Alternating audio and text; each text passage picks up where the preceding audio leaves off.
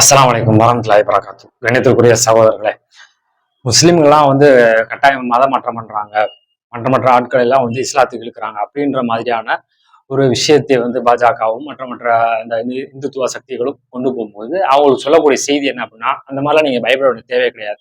ஏன்னா இந்த போட்டோலாம் நீங்க பாருங்களேன், இதுல இருக்கக்கூடிய அரசியல் கட்சி தலைவர்கள் இஸ்லாமியர்கள் தொப்பி போட்டுட்டு எங்க இருக்கிறாங்கன்னா உங்க இடத்துல தான் இருக்கிறாங்க. நீங்கள் எதை கடவுள் நம்புறீங்களோ அங்க போய் கும்பிட்டு நீங்க யார சாமியார்னு சொல்றீங்களோ அவங்கள வணங்கி கொண்டு இப்படி இருக்கக்கூடிய நேரத்திலே அவர்களே அரசியல் நேரத்திலே தன்னை முஸ்லிம் என்பதை மறந்துவிட்டு அல்லாவை மறந்துவிட்டு கையெடுத்து கும்பிட்டு ஓட்டு போடுங்க அப்படின்னு சொல்லிட்டு பொட்டு வச்சு கொண்டு அதை இந்த மாதிரி வேடத்தை அணிந்து கொண்டு நாங்களும் நீங்களும் ஒண்ணுதான், மனிதர்கள் அடிப்பில் எல்லாரும் ஒண்ணுதான், ஆனால் கொள்கை என்று வரும்பொழுது ஒரு இஸ்லாமியன் அல்லாவை வணங்க வேண்டும், அல்லாவை தவிர வேறு யாருக்கும் கும்பிடுவதோ வணங்குவதோ இது செய்து விட்டால் அது எப்பேற்பட்ட பயங்கரமான காரியம். நினைவைத்தல் என்பது தலையாய பாவம், நிரந்தர நரகத்துக்குரிய காரியம். அதை நான் செய்வேன் ஓட்டுக்காக பதவிக்காக என்று ஒருத்தர் முன்வந்து விட்டார் என்று சொன்னால் அப்ப அல்லாவுடைய உதவி எப்படி கிடைக்கும்? இதற்காக அரசியலே ஒட்டுமொத்தமா நம்ம தவிர்க்க வேண்டும் என்பது கிடையாது. அரசியல் தேவைதான், ஆனா அதற்குன்னு ஒரு கட்டுப்பாடு இருக்கின்றது. ஒரு சில அரசியல்வாதிகள் இதெல்லாம் செய்யாம அரசியலுக்கு வந்திருக்கிறேன்னா ஓட்டு கேட்பேன், நான் திட்டங்களை சொல்லுவோம், அதுக்காக நீங்க ஓட்டு போடுங்க அப்படின்ட்டு இருக்கக்கூடிய சில அரசியல்வாதிகள் இருக்கிறார்கள்.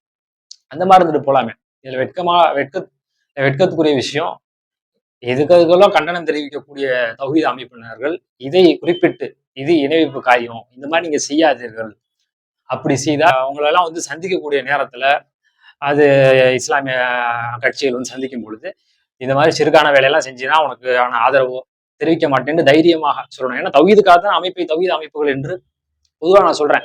ஏகத்துவ என்ற இருக்கக்கூடியவர்கள் கண்டனத்தை தெரிவித்தார்களா என்று பார்த்தால் வாய்மூடி மௌனிகளாக இருக்கக்கூடியது என்பது அதை ஆதரிக்கக்கூடிய ஆட்கள். அல்லாஹ் நம்ம இது மாதிரியான விஷயங்கள் ஆட்கள் இருந்து அல்லாஹ் நம்மளை பாதுகாக்க வேண்டும்.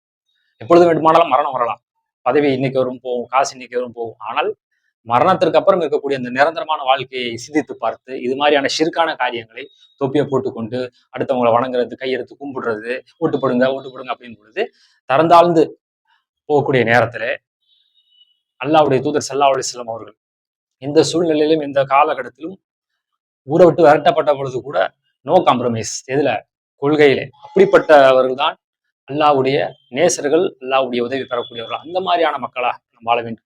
அல்லாதான் பாதுகாவலன் அப்படின்னு பொழுது ஒருத்தன் கையெடுத்து கும்பிட்டு அவன் வணங்கக்கூடிய விஷயத்த வணங்கித்தான் அந்த ஓட்டு வேணும் என்று சொன்னால் தவிர்த்து இப்படிப்பட்ட காரியங்களை நீங்கள் தவிர்க்க வேண்டும்.